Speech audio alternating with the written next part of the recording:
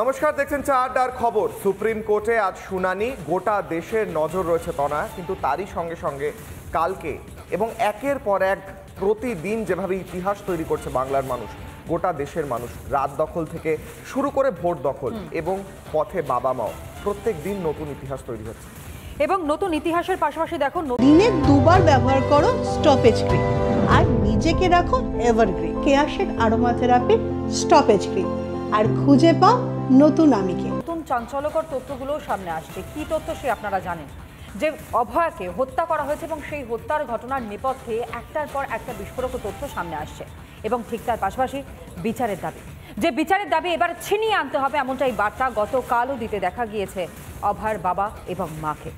Supreme কোর্টে আজ যে শুনানি এবং সেই সুপ্রিম কোর্টের দিকে আমাদের নজর রাখতে হবে। আর হাতে গোনা মাত্র কয়েকটা ঘন্টা, কয়েকটা মুহূর্ত কিশোরায়, কয়েকটা মুহূর্ত, দোষীদের শাস্তি না পাওয়া পর্যন্ত লড়াই চালিয়ে যাওয়ার বার্তা পরিবারের। আলোচনায় যাওয়ার আগে প্রথমেই প্রতিবেদন।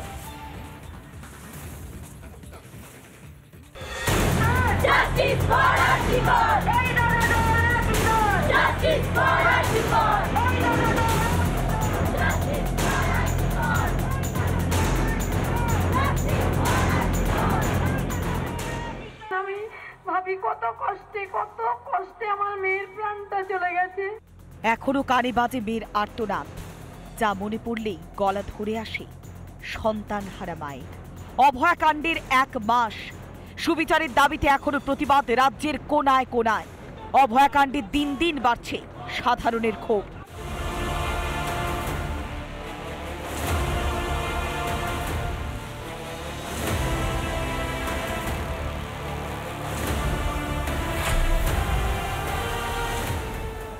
এবার বিচারের দাবিতে গড়িয়াহাট থেকে রাসবিহারী পর্যন্ত প্রতিবাদ মিছিল করলেন দক্ষিণ কলকাতার সমস্ত স্কুলের প্রাক্তনীরা।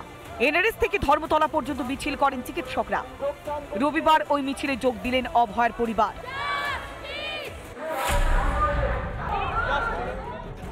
প্রতিবাদ মিছিলে কান্নায় ভেঙে পড়লেন অভয়ার মা বাবা।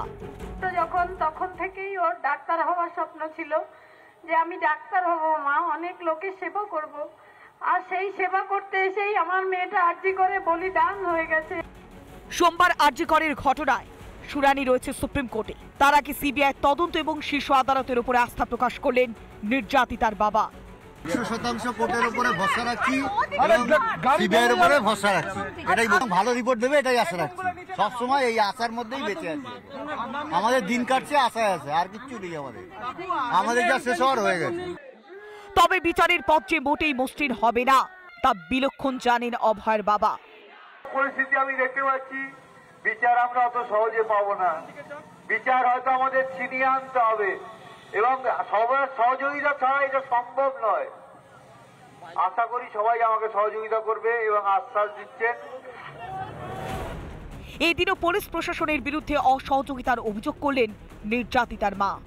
প্রথম থেকেই প্রমাণ লোপাট করেছে পুলিশ। ফের একবার বিস্ফোরক অভিযোগ করলেন অভয়ের মা। রিপাবলিক বাংলা। প্রতিদিন আন্দোলন, প্রতিদিন রাস্তায় নামা, প্রতিদিন অভয়ার মায়ের চোখে জল এবং বাবার এক প্রকার আর্তনাদ বিচারের জন্য।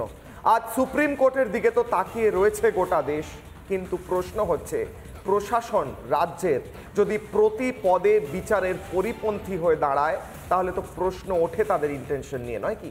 এবং সেই প্রশ্ন আগের হিয়ারিং আমাদের নিশ্চয়ই মনে থাকবে, যখন সুপ্রিম কোর্টের হিয়ারিং চলছিল, ঠিক সেই মুহূর্তে দাঁড়িয়েও এই একই বিষয়টা সামনে এসছে। রাজ্য এবং রাজ্য পুলিশকে ভর্ৎসিত হতে হয়েছে। প্রধান বিচারপতির পর্যবেক্ষণ একেবারে স্পষ্ট ছিল এবং একই সঙ্গে বিচারপতিরা তারাও হতবাক হয়ে গিয়েছিলেন রাজ্য প্রশাসনের ভূমিকা নিয়ে। এমনকি এই উক্তিও করতে শোনা গিয়েছিল, কিশোরা নিশ্চয়ই মনে থাকবে, যে 30 বছরের কেরিয়ারে হয়তো এইরকম কোনো ঘটনা বা এইরকম রাজ্যের ভূমিকা তারাও কোনোদিনও দেখেননি।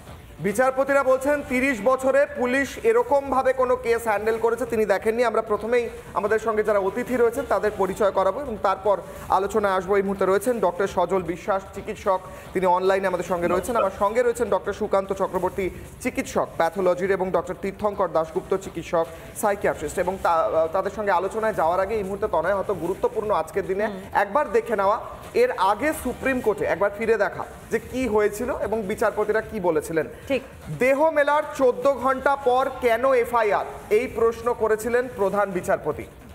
এবং পাশাপাশি ময়না তদন্ত নিয়েও দেখা একটা ধন্ধ, একটা ধোঁয়াশা রয়েছে এবং সেই ময়না তদন্তের আগেই অস্বাভাবিক মৃত্যুর তত্ত্ব কি করে সামনে রাখা হলো সেটা নিয়েও কিন্তু হতবাক হয়ে গিয়েছিলেন পর্যবেক্ষণে যখন এই শুনানি পর্ব চলছে ঠিক সেই সময় বিচারপতিরা। পরবর্তী টাইমলাইনে কেন অস্বচ্ছতা? যে টাইমলাইন কলকাতা পুলিশের তরফ থেকে দেওয়া হচ্ছে তাতে অনেক ধোঁয়াশা রয়েছে। সেই ধোঁয়াশাগুলো কাটানোর কথা বলা হয়েছিল সুপ্রিম কোর্টের তরফে। তারপরে বলা হয়েছিল দেহ উদ্ধারের দীর্ঘক্ষণ পর কেন ঘটনাস্থল সিল করা হয়নি এবং অনেকক্ষণ পর কেন সিল করা হয়, প্রশ্ন তুলেছিলেন প্রধান বিচারপতি ডিভিশন বেঞ্চ। আর এখানেই আরো প্রশ্ন ছিল যে দীর্ঘ সময়, এই যে অতিরিক্ত সময় সেখানে ব্যয় হয়ে গিয়েছে, সুতরাং এই দীর্ঘ সময় কি চলছিল তাহলে ঘটনাস্থলে?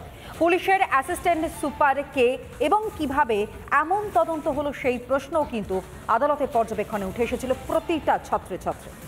এবং আজকে আবারও শুনানি, আজকে আবারও গোটা দেশের নজর এবং সেই থেকেই আমি আলোচনায় ফিরবো। আমি প্রথমেই যাব ডক্টর তীর্থঙ্কর দাশগুপ্তর কাছে।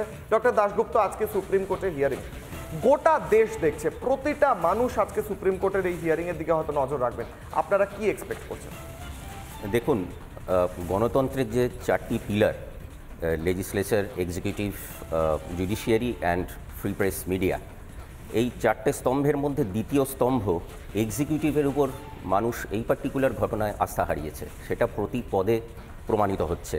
পুলিশ প্রশাসন থেকে শুরু করে স্বাস্থ্য প্রশাসন, প্রত্যেকটা জায়গায় কাজের অসঙ্গতি এবং গাফিলতি, কোনো জায়গায় প্রোটোকল মেনটেন করে কাজ করার কোনো নিদর্শন নেই।